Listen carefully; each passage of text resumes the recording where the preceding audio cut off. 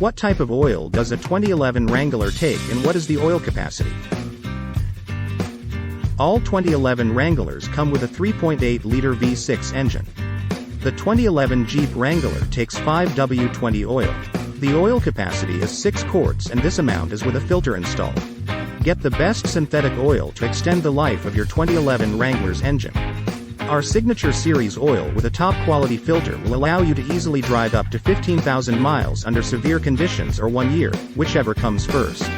You can also search for a top-quality filter for the Signature Series oil by visiting our site. Check out these oil change kits for your Wrangler. Check out these real testimonials.